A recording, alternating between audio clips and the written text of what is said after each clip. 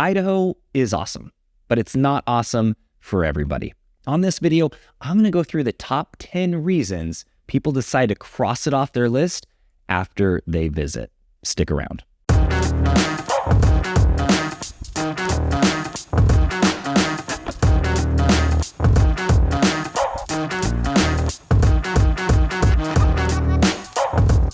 Hello, and welcome to Living Life in North Idaho. On this channel, we talk about what it's like eating, working, playing, and buying real estate here in Idaho. So if that's of interest to you, please tap the subscribe button, hit the notification bell, so every time I come out with a new video, you get notified. And guys, I'm serious when I say this. Every single day, we get contacted by people just like you that have been watching the channel. They need a little bit more information to decide if Idaho is right for them, or they've decided Idaho is the right place for them and they just need someone to help get them there. That's why we're here. So if this is you, reach out with a phone call, text, or email, day, nights, weekends. It does not matter. If it's late at night, I might get back to you in the next day. I'm not going to answer my phone at midnight, but we love helping people get moved to this area. So don't be shy, reach out. So what are we talking about today? Well, we have had hundreds of people reach out to us. They make a plan to come out here. We meet with them, we show them around, and they go, oh, this isn't the right place for us. Now, we have had a lot of people who decide, yes, it is the right place for them. But more importantly, I want to help you guys save a lot of time and money. So make sure you watch all the way through, listen to all 10 reasons, and let me know in the comments section if there is a reason in there that you think, that might not be for me. Sometimes I don't always explain it in the best way. It's through video. It's not a conversation. So if you are having doubts, reach out and maybe you'll find one that you go, yeah, definitely can't deal with that one. And there you go. You are welcome. So number 10 on the list, and this was happening a lot more previously. This year, it's not been such a big deal. But the number 10 reason is people come all the way out here and they can't find the right house. Whether they're looking at renting or buying, they look around, they have a specific home in mind, and the inventory has just been so low and the options were so minimal for renting that they go, man, I'm not going to settle. If I'm going to make this big move all the way out to Idaho, I'm not going to settle for something that I don't really want. And I completely understand that. Where you live, it's your home. It's where you go to rest and relax. And if you're not happy with it, you're not going to be happy moving here. It's super important to find that right house. That is part of our job, is to get your criteria and find that right house for you. And if we can't, we're going to be honest with you. The great news is that this year, with the market slowing down, there's way more inventory, way more options, and it's a lot easier to help people find the right place. The 9th reason people decide Idaho is not for them when they get here, they realize Idaho is really spread out. It's too spread out for them. For people that live in cities where everything is kind of centrally located, there's a downtown where you can pretty much do all your shopping and get your coffee and go see a movie. We don't really have that here. I mean, there is kind of a downtown, but you have to drive around to get places here. Idaho is just really spread out. There's not a lot of public transportation. You gotta drive to get to where you're going. And sometimes running around doing errands, it can take you a couple of hours just in driving. And some people just don't like that. They want the convenience of being able to go downtown, go to a central location, be able to walk around. Now, there are some areas in Boise where that's a little bit more common. Eagle, Meridian areas, they have that. But for the most part, in most areas in Idaho, that's not really a thing. You're driving around quite a bit.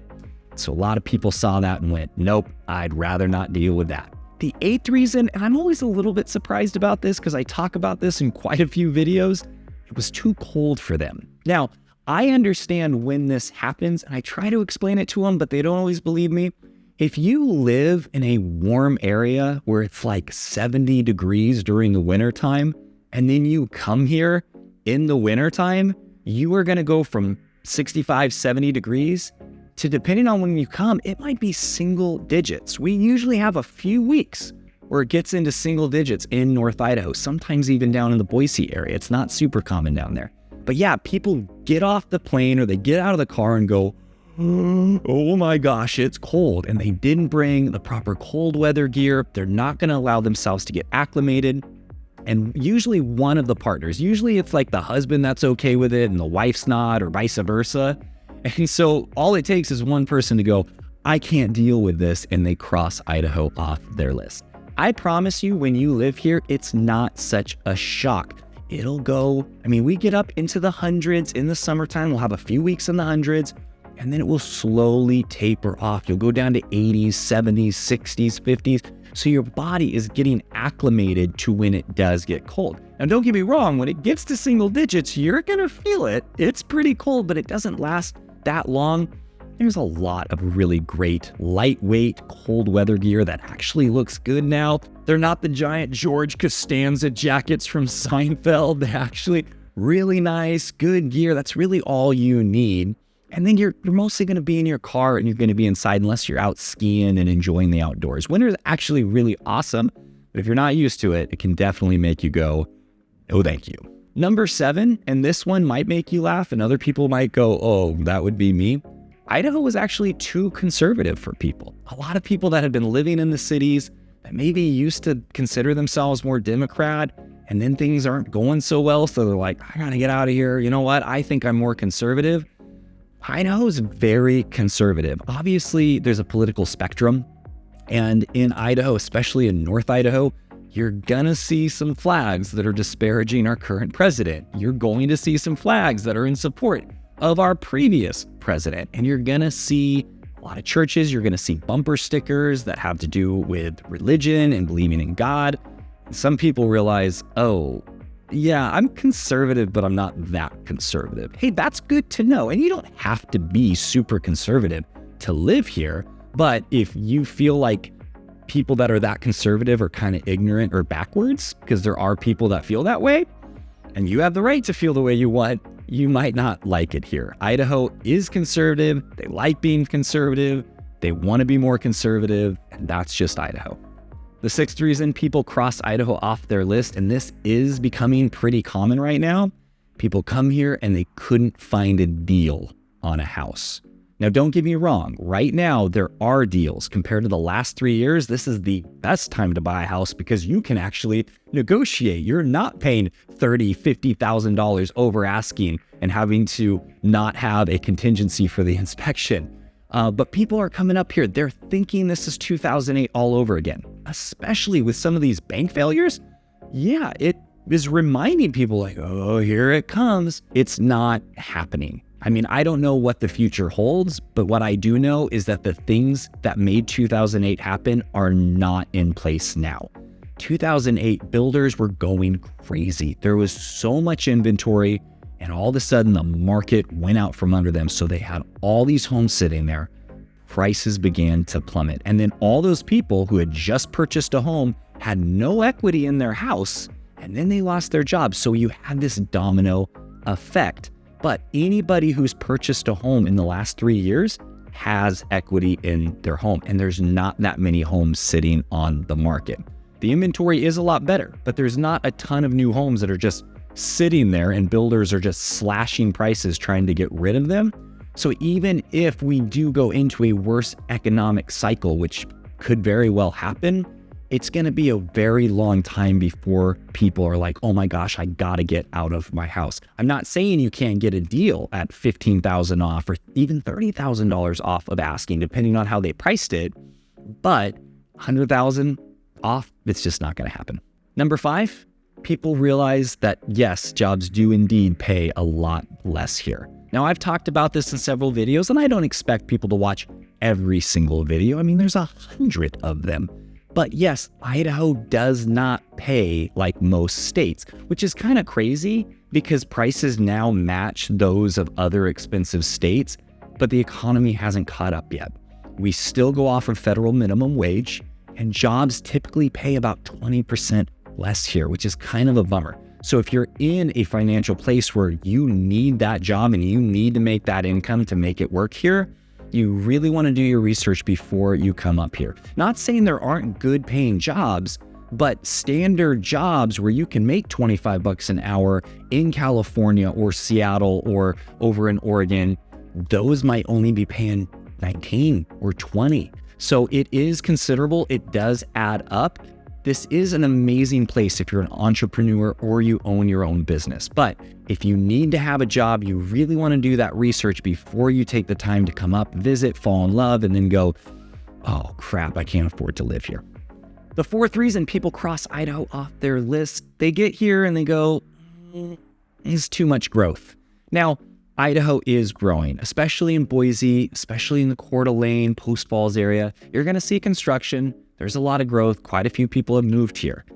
Is that a bad thing? I don't think so. And this is my reasoning. A lot of people think, oh, it's too much growth. This is going to end up just like the place I'm moving from.